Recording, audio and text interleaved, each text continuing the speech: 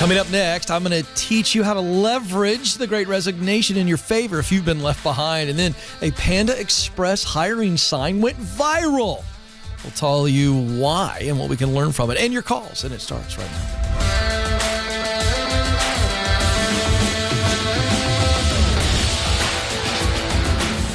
All right, folks, welcome to the Ken Coleman Show, where we help you win at work and in life. Let's go. So for those of you who've been left in the office by the gigantic tidal wave that has been called the Great Resignation, this is specifically 33 million Americans have quit their jobs since the spring of 2021. This data coming from NPR.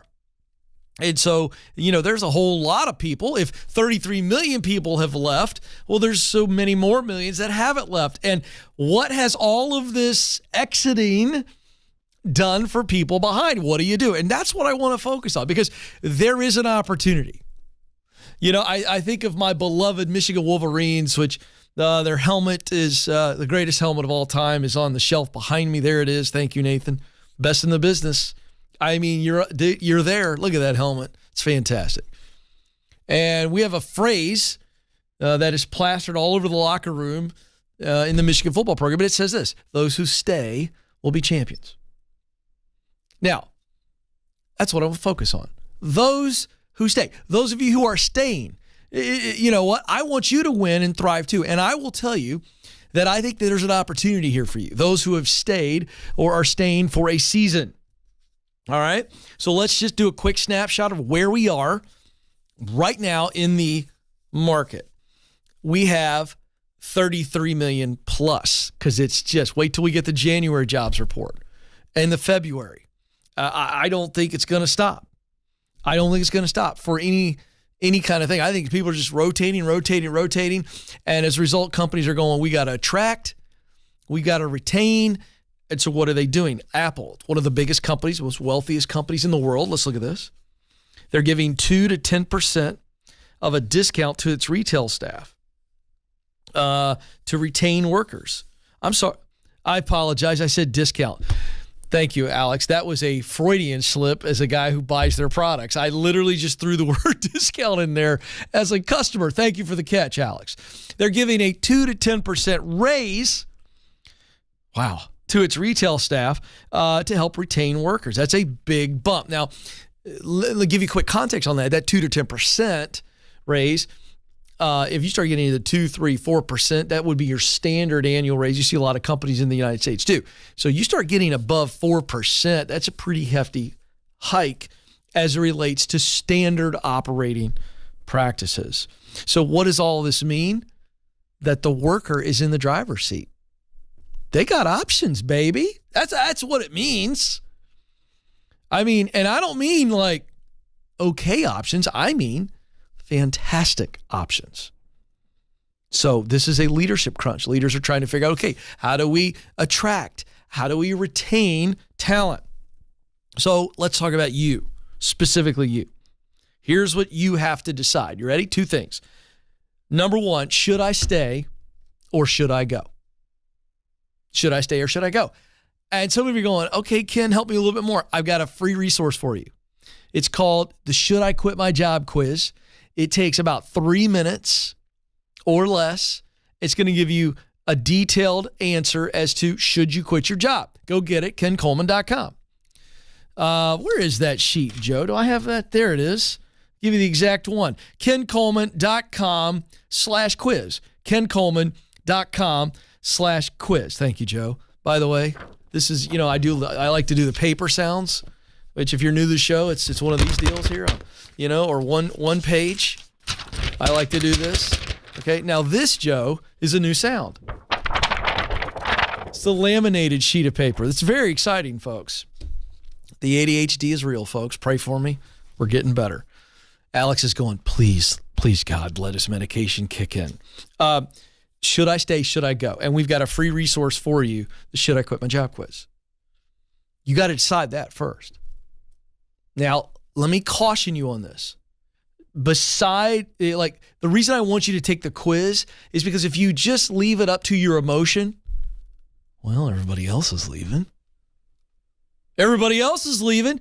We're still creatures that long to belong. One of the greatest needs that humans have is we want to be a part of something.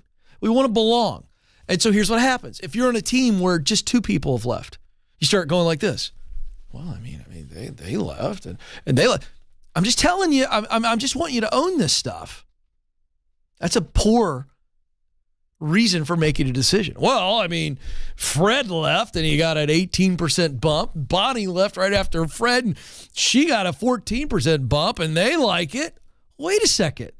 Are you living Fred's life? Are you following Bonnie's path? Take the Should I Quit My Job quiz. Determine, why would I want to leave? Do I even need to leave? All right. Second thing. If the answer is no, I'm not supposed to leave, or yes, I'm supposed to leave, then we ask the question, because it's either one. We still want to advance. So either I stay, do I want to advance? How do I advance? Or I leave, how do I advance? Because you want to be advancing. You want to be climbing the ladder, unless you're in your absolute dream job. And at that point, you're just watching the show for another reason. I don't know why. Glad to have you. But you don't need any of this. So it's all about advancing. So what steps do I need to take to advance? I mean, I like to simplify stuff for you folks because I understand change. Job change is scary. It's got a lot of unknowns. And so my job is to come alongside of you and help you see, okay, wait a second. How do I remove the fear of the unknown? Well, by getting knowledge. So we break it down to 2 simple things. Should I stay or should I go? What steps am I going to take to advance up the ladder? Very simple. Now, let's go a little bit deeper into the I'm going to stay. So we've looked at, okay, how do I advance? And part of advancing may be getting healthy in the now. And so what if you're one of the millions of Americans, we read about this every day.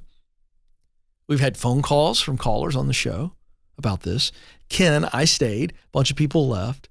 My leader piled on the stuff on top of me. And I didn't get a bump, or I got a bump, but the bump isn't worth all the stress and all the extra work. I'm like the guy who's catching plates falling off of the cupboard. Whoa, I'm over here and I'm over here. So a couple things.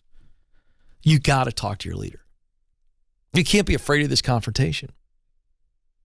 You got to talk to your leader and say, hey, is there any way to take some of this stuff off my plate? I stepped up. I've been doing it. This is what it's causing.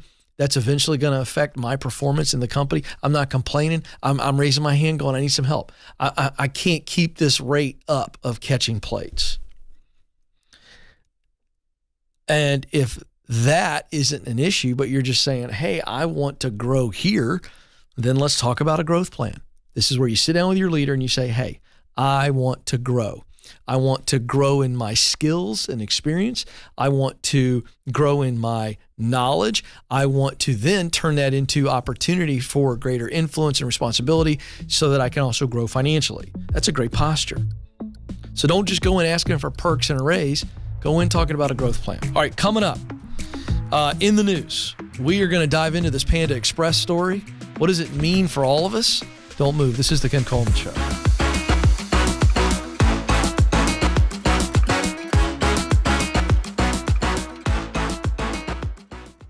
Are you wondering if you should leave your current job or stay put? Well, you're not alone. That's why we created the Should I Quit My Job quiz. In just 5 minutes or less, this quiz will help you determine if you're at the right company and if you're in the right role. And if you need to make a move, you'll get practical steps to keep you moving forward. Folks, it's time to get unstuck. Life is too short not to do what you were created to do. Go take the quiz right now at kencoleman.com/quiz.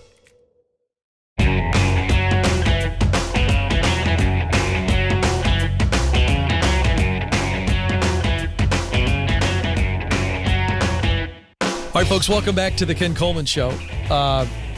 For our viewing audience, specifically those that are watching on YouTube, we have some folks engaging live in the chat room. It's like running commentary. I got to do a quick shout out to Grant Lowry. After I made my laminated sound, which I won't do again, Joe and Alex are grateful for that. Careful. careful how too much you celebrate. I'll just pull it right back and do it.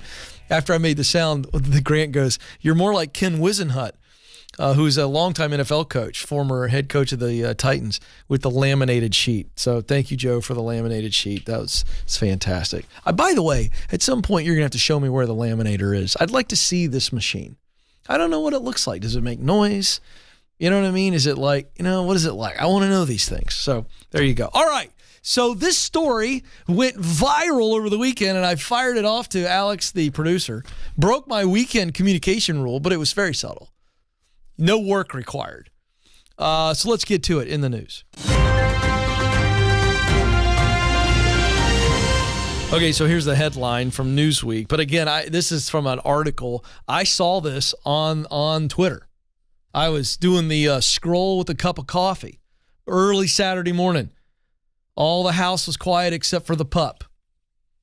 And the pup likes to hang out with me while I scan for the news. And I saw this, and I sent it to Alex. Here's the headline. Panda Express hiring sign goes viral. So here's what happened. And you know what I'm going to do? I'm going to not say the guy's name because he's just gotten hammered on social media, but you're still going to follow it. But I won't add anything to it. So this guy's a teacher at a college in Utah. He's a professor. And essentially, he saw an image of a sign that was advertising for help wanted from the fast food chain Panda Express. So I want you all to see a picture of the ad because there's so much good here. And for our listening audience, I'm going to read this to you.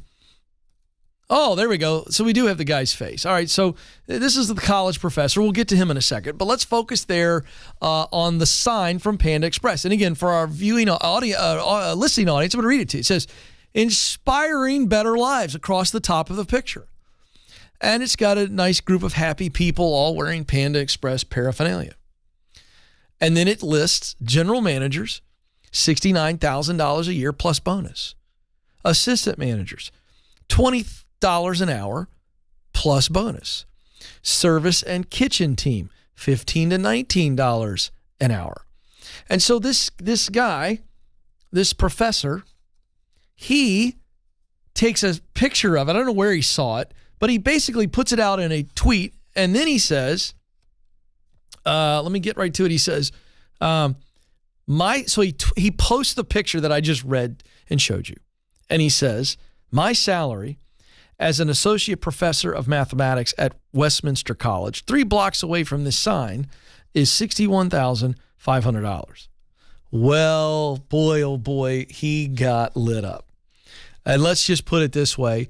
He had more people pounding him than agreeing with him or commiserating for him, or with him, rather. So then he follows that tweet up. And he says, I promise that this tweet is not elitist. But anyway, I'm muting because my mentions are now unusable. Go hug a local educator. He then goes on to tweet again. The point of the tweet is that professors make way less than you think they do. That's all. All right. Now, I'm going to cover the good professor's comments and address whether or not he's an elitist. But stay tuned, because I'm going to tell you, Panda Express is doing it the right way. I've spoken about this on the show. I've done it in keynotes at our Entree Leadership event. There's a leadership application here. I'll get to that in a second. First, the good professor. I'm not for any kind of hate and personal attacks on social media. It's so stupid, and these people are keyboard warriors. They probably wouldn't say half of what they would type if they were standing there looking at a person. I don't like the nastiness. However, the professor deserves to be criticized with what he said. And I'm going to tell you right now, his tweet was elitist, which is why he said, the tweet's not elitist. Thou doth protest too much. If you have to say something's not something, I got news for you. It is. It just is. Because here's what a lot of people heard. I work 3 blocks from this Panda Express, and I'm a college professor. I don't make this much. what's wrong with the world. All right, now, let me teach the good professor and those of you who are outraged that a Panda Express manager would make more than a college professor. Can I explain for just a moment free market economics? All right, sounds very fancy. I'm not fancy, nor am I smart. So here's the good news. It's very simple. Free market economics or free markets allow for a business like a fast food restaurant to pay what they can afford to pay. So if they can afford to pay a manager $60,000, well, fine. What's that got to do with you, Professor? And Professor whoops, I didn't want to say his name. Pulled it back. Professor, you shouldn't have a problem with what Panda Express is doing. You should be talking to your administrators and going, hey, just curious, what's the endowment over here? I think you should pay me more. That's what you ought to be focused on, Professor. Not Panda Express offering a really good salary, and more importantly, and now I want to brag on them, inspiring better lives. What a great tagline. That's the beauty of that. Not the money they're offering. Yeah, let me tell you what Panda Express got right. They said, we need talent, we need workers to run our business. We're going to have to get competitive. So we're going to put some really good money out there, $69,000 a year. And they ran their numbers. And listen, the people who run Panda Express aren't idiots. They ran their numbers and they said, we think we can pay a manager $69,000 based on profit and loss, Professor. Secondly, Panda Express said, you know what? We need to put out a message to potential talent and potential leaders and say, if you come work for Panda Express, not only are we going to pay you $69,000, but we're going to help you live a better life. Slow clap for Panda Express. You want to know how you win the talent war? Listen, leaders. The game has forever changed. It is not going back. It's not going back. So you'll not hear this from any fancy economics professors. You know why? Because they freaking live in a classroom in a book. I know small business leaders. I know entrepreneurs. I know how a balance sheet works. I also know how hiring works. I know how engagement works. And I'm going to tell you something. Small business owners, you feel like you're having a hard time attracting employees? Don't tell me good help is hard to find. That is the biggest bunch of lazy crap I've heard in a long time. Good people are not hard to find. What you should be saying is, I have sucky hiring practices. I need help. That's what you should be saying, because that's what's going on. And Panda Express, watch. Panda Express is saying, come work for us and don't just get a paycheck, but we're going to help you live a better life. Because, you ready for this? Not only are they paying really good salaries, they're offering other benefits like medical and dental insurance, paid sick leave and vacations, and a 401k with a company match. They're saying, come work with us and we're going to make your life better. And the professor didn't like it. Oh. This is the Ken Coleman Show.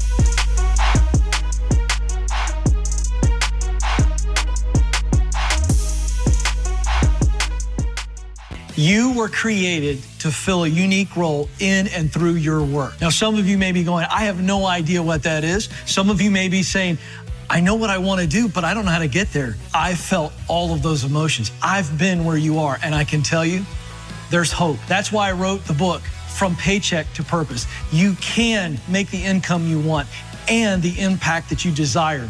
And I know that you have what it takes.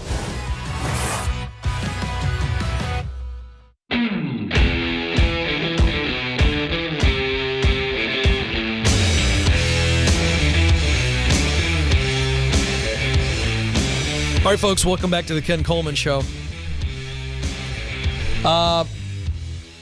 Would be great if Panda Express saw this and decided to feed us one week. Just send us a new thing. By the way, I've eaten there before, and I got to tell you, full disclosure, a little bit cynical going in. Really enjoyed it. Not bad. Honestly, I love Japanese food, Chinese food. I love Korean food. I really do. And I thought, well, it's fast food. I don't know. I got to tell you, not bad. Some of you are going, Ken is now pandering for free food. And I would have to respond to say, yes, I am. All right, coming up a little bit later in the program, in our bonus segment for viewers only, what is happening when companies are required by law to post the salary with a job posting? Is it good or is it bad? I'm going to break it down. I think there's some very sticky stuff here. I don't know that I'm for it. We'll get into it a little bit later in the program. But first, there's been a lot of buzz lately about Phil from ZipRecruiter. I've been talking about this guy, Phil. There've been a lot of thank you Phils going around. Here's what some people are saying. Stephanie said, Phil, you made my job search a priority. You stuck with me through the whole process. I couldn't have done it without you. That Phil sounds like somebody you want in your corner, especially for an easier job search. What job will Phil help you discover? Find out at ZipRecruiter.com. That's ZipRecruiter.com. All right, let's get to the phones. Caroline joins us now in McAllen, Texas. Caroline, you're on the Ken Coleman Show. Hi, Ken. How are you? I'm living the dream, Caroline. What are you doing? Love to hear it. Well, I'm just here in South Texas trying to make some big career moves. All right. I like it. Smartly. Everything's bigger in Texas, so this better be a really big move. It is huge. Okay. But the move is out of Texas, which is the funny thing. Okay. Which is something I never thought I would say. But I got this really incredible job offer 2 weeks ago from a previous employer that I worked for over the summer last year in Colorado Springs. Okay. They're a ministry out in Colorado, and they saw that I was a good photographer last year for the camp, and they offered me a salary position for $80,000 to come and work full time as their media director. Wow. And they would pay for my housing plus the $80,000. And I'm wondering if I'm taking too long to accept the offer. Oh, now you're couching that question as a calendar question, and it's not. It's an emotional question. Yeah, it definitely is. How long are you taking? How long ago did they offer it? 2 weeks ago. Oh, did they put a timeline on it? No, they didn't. What was nice is that since it's kind of a ministry position, they were like, hey, just pray about it. Let us know if you get any promptings from God and tell us where to go from here. And they've kind of left it open for me. Okay, so right now, let's not worry about the calendar part of the question. Yeah. When they first told you about it, I want you to tell me, what were your emotions? The first emotion was like complete overwhelm. Like I was just completely overwhelmed because kind of in my heart of hearts, I was like, ooh, that sounds really amazing. Like that sounds incredible. Okay, you answered my question. So it was overwhelmed in a good way. Yes. Like you were flattered, you were grateful, you were like, woohoo, sounds so amazing. Yeah, exactly. All right. How long before that emotion turned into something else, and then what did it turn into? It was probably the next day. I kind of slept on it before I told anyone about the offer at all. I love that. Not even my parents. Good for you. So after I slept on it, I was like, okay, like, would that even logistically work? Moving all the way across the country to Colorado. And I was like, well, slightly freaked out because I was like, oh, that's a lot of things to put in order in not that long of a time. So then you got scared. Is that the emotion? Right. I want you to use your words. What was the emotion then? I think probably just straight up anxiety. I was like, this is scary, and I'm 20 and I live with my parents, and I'd be moving across the country, being on my own. And it's not like I don't have support in Colorado. I do. You worked for them before. There are a lot of people there. I do, and I did, and there's a huge group of people I know there and plenty of community. So wait a second. You just contradicted yourself. You said, I'm going to move all the way across the country and be on my own. Not true. Right. You're not going to be with mom and dad. That's true. But I will tell you, make of this what you will. I don't know why, but you sound way more mature than what I would have expected. I didn't expect you to say you were 20. I am 20. I get that a lot, though. You're a bit of an old soul, aren't you? I try. Yeah, I am too. Good for you. You know what my nickname was at college? What? 40. My friends called me 40 because I read 2 newspapers every morning. I would go to the area where the coffee shop was, and I'd sit out there before classes and I'd read 2 newspapers. They were like, dude, you're like a 40-year-old man. I get it. So you were overwhelmed and anxious about all of the details and the unknown of all of the details coming together. Where will I live? Will it be an apartment? Will it be a townhouse? Will I buy a house? Will I live with someone else? It was all that stuff, right? Right. So let me ask you this. What it seems like to me, there was no anxiety over doing the actual job and all that, correct? That's true. Well, there's your answer. You are taking too long. All the stuff you're worried about is all logistics stuff. It's all personal, and none of it's a red flag as it relates to the work. Am I right? You're right. Okay, then you're waiting too long. It's time to fly. Yeah. It's time to fly, little bird. Yeah. You're 20. You're 20. I know you can do it. You're 20. What happens if a year from now or 2 years from now you're there and you go, okay, that was it, but I need a new challenge? You're 20. You're right. You didn't fail. Is this, let me just, all right, here's what I want you to do. I want you to turn your brain off. And I want you to just answer this from the bottom of your heart. Mm-hmm. Does this feel like an adventure you want to take?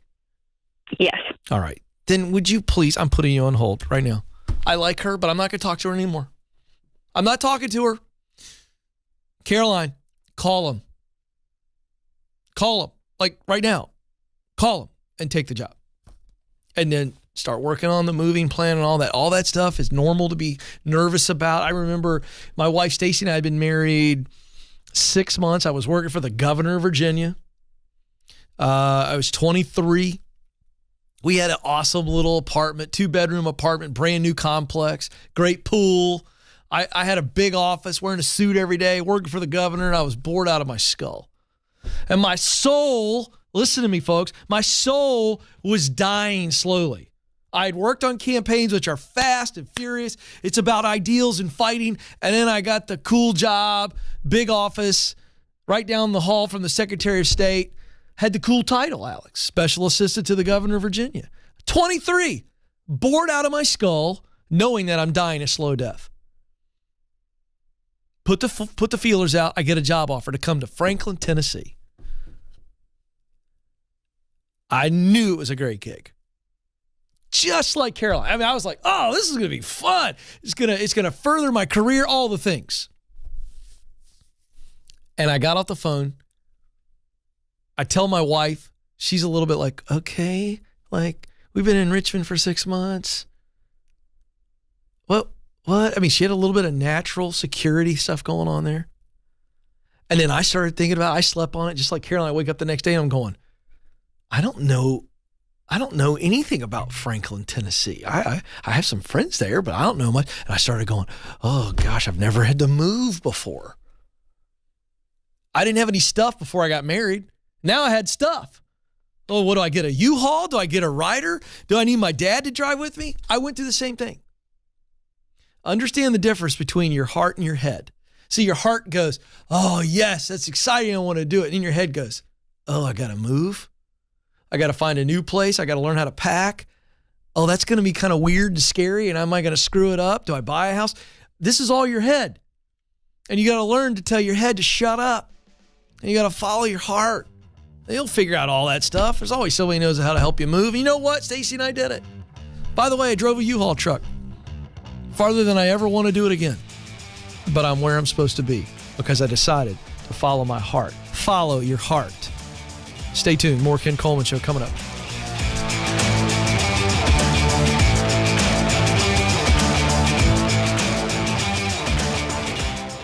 According to Glassdoor, the average job offer attracts over 250 applicants. So if you've made it to the interview, you've already made a great impression. So now is your time to showcase how you are the best choice for this role. That's why we created How to Win the Interview. This free guide will walk you through the 5 strategies to help you stand out amongst the competition. With just a little intentionality, you can prepare yourself to win the interview.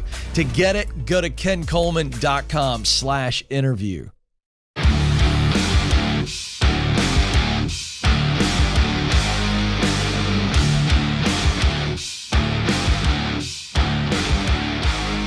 All right, folks, welcome back to the Ken Coleman Show. I'm here to help you win at work and in life. You shouldn't be winning at just one and not the other. You are a complete person. There is relational purpose and professional purpose. I want to help you with the professional purpose, and we'll watch how it helps you relationally. Let's get back to the phones. The phone number for you to jump in if you got a question or a comment, jump in. 844-747-2577. James joins us in Columbus, Ohio. James, you're on the Ken Coleman Show. Hey, Ken, how are you? I'm living the dream, James. What are you doing? Not too much. I want to thank you and your team for taking my call. You bet. Happy to. What's going on today? So I've been having some chronic low back pain that has been impacting my work. I'm a chef by trade. I have a culinary degree. And I've been dealing with this pain for about 7 years. It leads me to where I can get treatments and I can work in good health for about a year, but then there's 2, 3, sometimes 4 months where I'm not in good health and I'm not able to work. And that cycle ultimately isn't something that I'm able to keep up with, both financially and emotionally. Yeah. And I think it would be healthy for me to do a career change, and that's what I want to ask you about. Okay. What are the physical things? What are the physical elements, circumstances, environments that are causing this? Is it specific to that, or is it just kind of we got bigger back issues and it really doesn't matter? It seems like it's connected to being a chef. Yeah. Yes and no. I've done some warehouse work since I've gotten to Columbus, and even some of the lighter warehouse work can still have issues with me. So some of the standing and walking, lifting. I'm trying to think of what else. So you understand what I'm saying? I'm trying to figure out what your physical limitations are as it relates to work, and it seems odd to me that you went to warehouse work. Yeah, I thought that would be simpler because there's also different positions in there that it's not going to require me throwing around packages. And so that's what the issue is with cooking and being a chef is picking up stuff and throwing it around? Picking up stuff, standing on your feet for a very long time, bending over. You're spending a lot of time bending over, reaching, bending, twisting. Gotcha. Okay. Yeah. Let me ask you this. If you didn't have these health problems with the back, would you be calling me about a career change? Absolutely not. Okay. So here's what I'm going to give you a homework assignment as opposed to super specific advice because you know your industry. With the way that the world is now, right, where, you can cook and be a successful chef, in my opinion, outside of the traditional restaurant environment where there's hours and hours and hours of you doing that kind of physical work. I just wonder where your creative menu planning and maybe is there a type of meal preparing? Is there a gig where you can cook and be a chef, but you're not in that traditional standing for hours and hours and hours? I just wonder out loud. Have you looked into that? Okay. I've looked into it a little bit, but nothing terribly deep. Okay, I want you to explore that a little bit more. And here's why. Where in the world, like all you think about, everybody that sells a food, dessert to appetizers to nutrition bars to, food delivery to food preparation where people make these meals and you get it delivered to your house and it's for moms who've got a busy, I want you looking all across the board and go, wait a second, I love the creative process of cooking, preparing food that delights. True or false? That's you. Sir. I want you to look, how many different ways are there for me to do that don't require me to stand on my feet for a long period of time, be lifting and bending over? Do you understand what I'm saying? Yes, sir.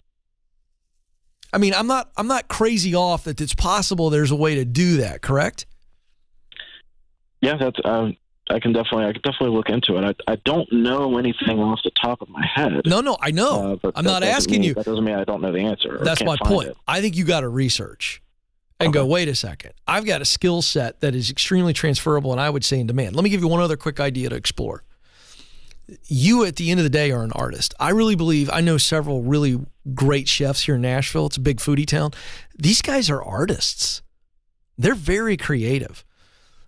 How could you transfer that creative talent with food maybe to some other area where, again, maybe with not a whole lot of training and time, you could become qualified and skilled up, if you will, to be able to do something else a little bit more creative. I want you to stay in that space because I think that's the key.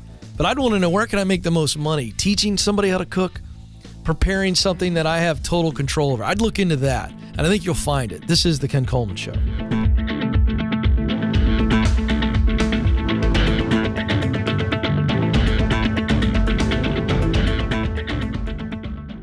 Do you know what you were born to do? In order to get hired at a job you love, you need to get clear on your talent, passion, and mission. That's why our team created the Career Clarity Guide. In just a few minutes, this free tool will walk you through a process to discover what you do best: talent, the work you love to do, passion, and the results you want your work to produce. That's mission. Then you're going to feel way more confident throughout the job search process. To get started, go now to kencoleman.com/clarity.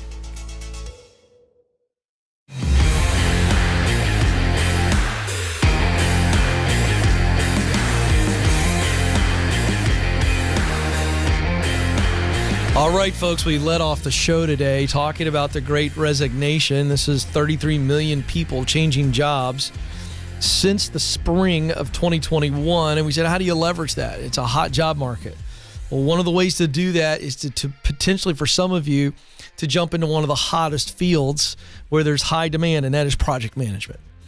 One of the fastest growing sectors of the global economy. In fact, it's expected to grow by 33% through 2027. And Ramsey Academy and yours truly, we are partnering together here. We've created our first ever Project Management 101 course. Turns out you don't need a college degree to be qualified to get into project management, to move up in project management. So alongside our Ramsey Chief Technology Officer, Brendan Wojko, who leads and hires all of the project managers here at Ramsey, we're going to be teaching you this course. It's fast, it's fun, it's effective. Spots are limited. You have to apply. Go to RamseySolutions.com/project, RamseySolutions.com/project. All right, Russellville, Arkansas is where we go next. Jen is on the line. Jen, you're on the Ken Coleman Show. Hey, Ken, thanks so much for taking my call. You bet. What's up? Well, my husband and I owned a business for 16 years, and we closed that in March of 2020, a day before the country shut down. Oh, boy. And I've moved into business coaching, and working with small business owners is an absolute passion of mine, seeing their business grow and thrive. My question for you is, we have recently moved to Arkansas from California, and I'm looking for ways to grow my network, to be able to capture speaking events, to reach more people so I can have a consistent income coaching people and coaching my clients. Yeah, good question. So I'm going to give you a two-part strategy. I may add something else as I keep going. But right away, two things.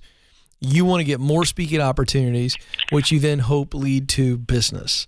And so how do you make those connections? How do you network, if you will, to get that opportunity? So the first thing is, you need to volunteer yourself, okay, to speak at smaller venues first, smaller opportunities. So, for instance, find job fairs that are coming up in the next, what's the job fair schedule in your city, in your county, and surrounding areas?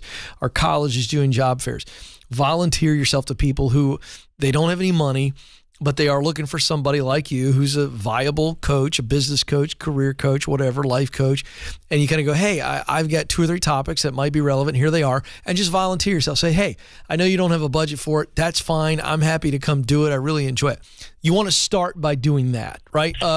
Speaking to high school seniors, speaking to community colleges. Go introduce yourself to the career advisors at your local community college, any local colleges. That's what you're trying to do. You're trying to make connections and say, hey, if you're ever looking for somebody to come in and can give some good tips on how to win, how to grow your business, find entrepreneurship programs within, like I said, colleges, private schools in the area that may have a kind of a capstone fund program for their seniors. Get involved, start speaking, start sharing, because the more you do that, 2 things happen. Number 1, you get better at speaking. Number 2, you define your message a little bit better. So you get better at the actual speaking part, but then your content itself gets better. And then the third thing that happens is that people begin to recommend you. They go, oh, she's really good. You should have Jen come speak. I heard her over at this thing and blah, blah, blah, blah, blah. That's what I want you to do. That's the low-hanging fruit. There's really not a whole lot of barriers there other than somebody going, well, I have an opportunity or I don't. But you're not asking for pay, and so you can really provide value.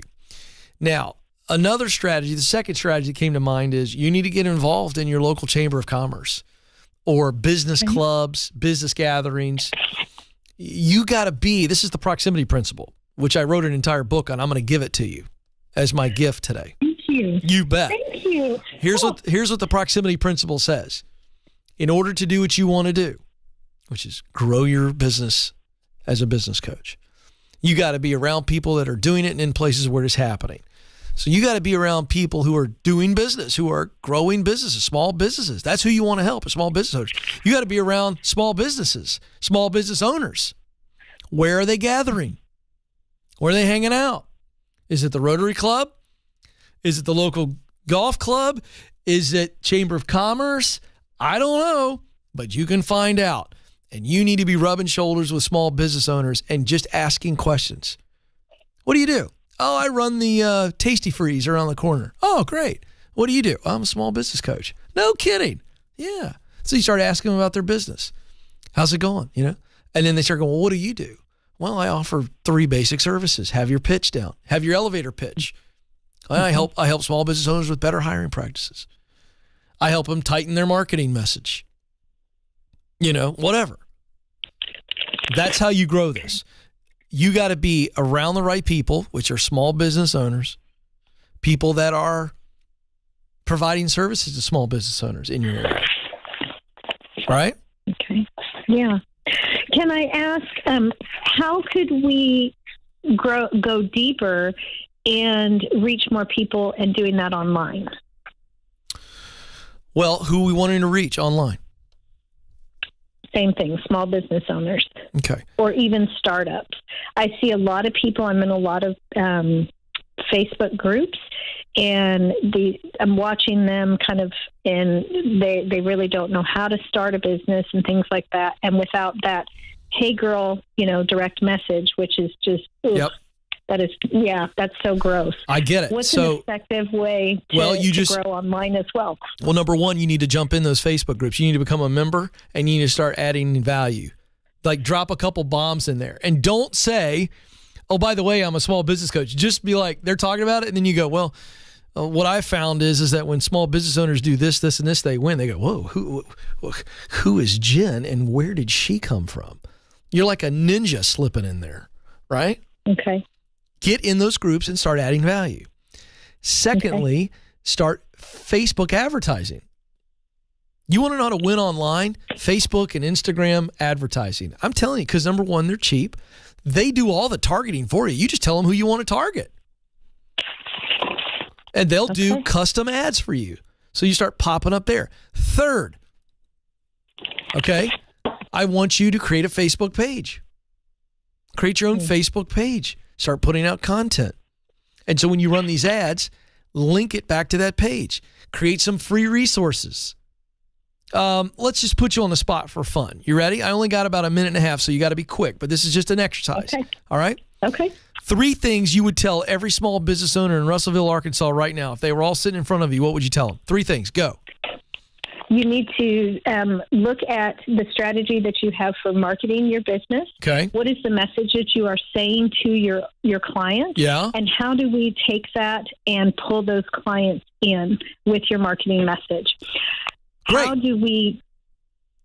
do we reduce the stress on you as a small business owner? Because when you're stressed, you're not functioning at the level that you need to be. All right. So here's what I want you to do. I had to cut you off for time, okay? But here's the deal. No problem. Listen, okay. I want you to take that basic outline that you spit out to me, and I want you to come up with a potential PDF or an article or blog or some resource that would help people do that on a small level to where they like tasted it. And they're like, ooh, I want more.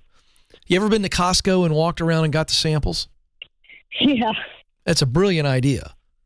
Because if I take a little sample off the toothpick and I like it, they've increased the chances that I'm going to buy the whole carton, right? What samples can you start giving away to small businesses in Russellville, Arkansas? That, combined with everything else I told you, is going to give you a chance to attract people. I could do a whole talk on the power of the sample. All right. I got to get out of here. For our listening audience, thank you so much for joining us. You matter. You do have what it takes. For our viewing audience, stay tuned. We're going to dive deep into this story next. This is the Ken Coleman Show.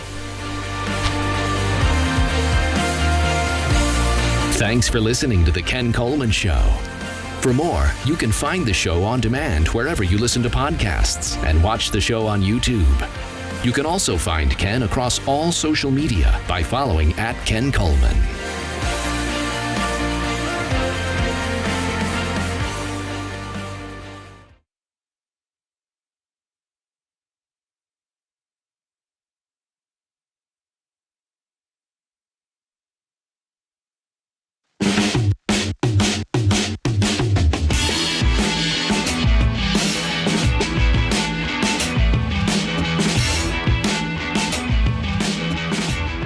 All right, folks, welcome back to the Ken Coleman Show.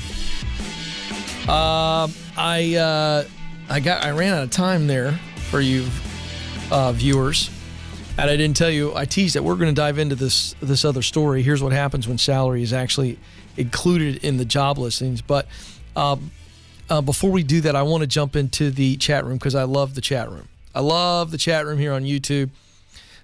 Drew Shaw is in the YouTube chat room, and he took a little swipe at our last caller, Jen. He said, if she can't market her own business, how's she going to market mine? Now, come on, Drew. I understand what you're saying. I do get it. It's not that she can't help you market yours. It's a lot easier for me to give someone else coaching than it is for me to coach myself. And that's the point. That's all. She just needs to figure out the story and what she does, because she can help you. She can help people. But I understand the point, Drew. But Drew with a little bit of sauce on that comment. I like it. I got no problem with that, Drew. Bring in the heat. I want to go back to earlier in the show. It turns out that a lot of you like Panda Express. I did not ask for feedback, but several of you said that you like it. Let's see here. There was one other one. Everybody was encouraging the caller who wanted to take the job, but she was a little intimidated. So I love seeing the support on here. And then there was one other one I wanted to comment on, and we'll get to. Let's see. Oh, Gary. Gary's it feels like Gary's a regular viewer. Thank you, Gary. Gary Spratt is his name. He was saying his son left Illinois for California 7 years ago. He didn't know anybody, and he's doing great. And so he was encouraging Caroline, our caller, go do it. And then Tanya Owen said, take the job. So I love the support here in the chat room. Okay. So we like to tell you all about trends.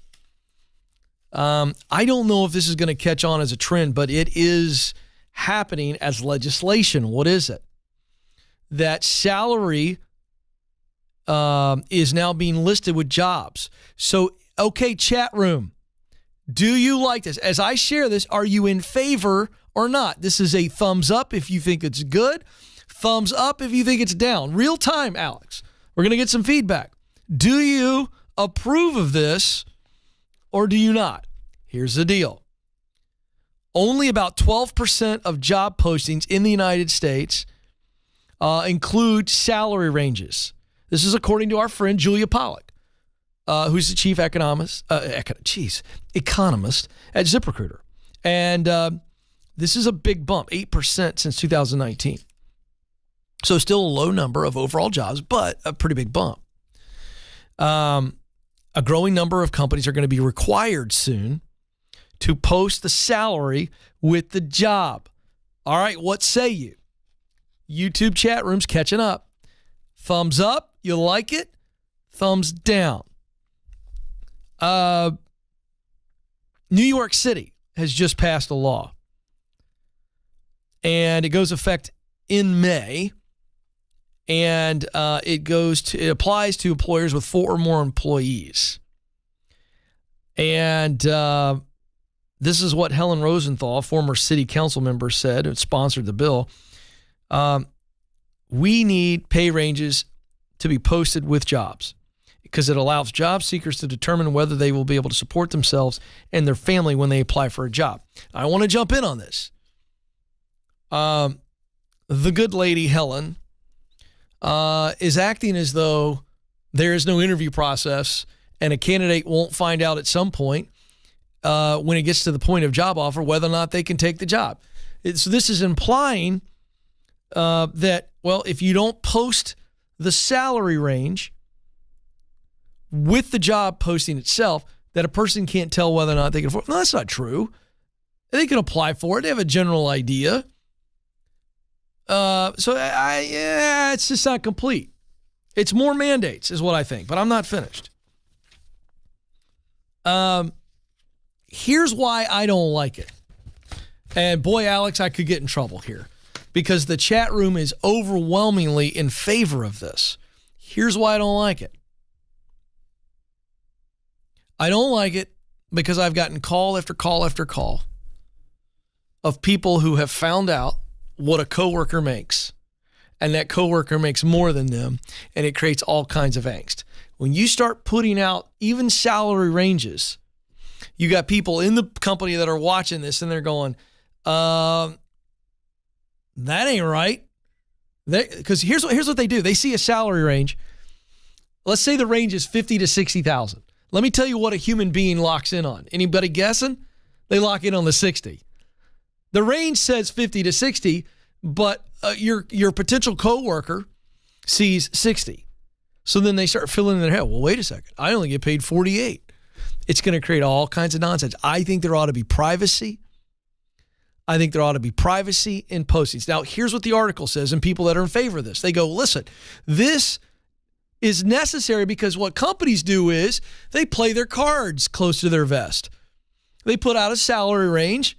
A person applies. They get up to the point of the job offer, and the company kind of is holding their cards. They're going, well, I could probably pay 60, but the market rate is somewhere between 58 and 64, and we're going to offer 58. And that makes the company bad. No, it doesn't. What's wrong with you if you believe that? The bottom line is that you, the candidate, can go, I appreciate the offer for 58. I really do. I can't do it for that. I would have to have a minimum of 61 to take the job. And then they decide. So it doesn't have to be this big negotiation. But I don't see the benefit of it. All I see is the negative side of it. I just don't know. Ebony B in the chat room, right at me. I mean, boom. She goes, I don't agree with that. Ebony B, why? Why don't you agree with me? Here's my question for the chat room and for the greater audience. What's the positive? The proponents of this are saying that by posting the salary range, it is leading to equality in pay. I don't think it's going to change anything when it comes to equality in pay. They're going to post the range. I think it creates too much water cooler discussion in the office around what people are making. That creates bad psychology, comparisons, gossip, backbiting, people getting their feelings hurt. That's what I think. You can do your own homework. EWMS agrees. Yes, if it's not posted, I'll go to Glassdoor to research it. Great. Jonathan Prin says, and he's right, Glassdoor listings aren't always super accurate, but you can still do your research on market ranges. I understand Zanali, Joy Martin says, this is a very good point. Ken, I already do the research anyways, and I always counter it would help if the range was posted before I waste my time doing the interview. Okay, I'm not saying I agree. I'm saying I understand. Kevin Ellis says if people are upset about the range, should they try to improve themselves or ask for a promotion? That's a very good point too. Morgan Foreman, I dislike when they ask the applicant to submit a requested salary. Now, I agree with that. I do agree with that. If the company's not going to post, which I'm not sure I'm in favor of, I definitely think you shouldn't ask a candidate to do that either. I think we say, do we think they're a viable candidate? I'm going to make the best offer and let them counter. This is what I'm for. I just don't think it should be posted for the whole world to see. There you go. One more. Bacon Cerberus. Disagree. I found out my coworker's wage and realized I was being underpaid. Yeah, but that creates all kinds of negative stuff for you. Hurts you. So there you go. All right. Fun discussion. You guys are great. I got to get out of here. Before I do, remember this. You matter and you do have what it takes. Press on.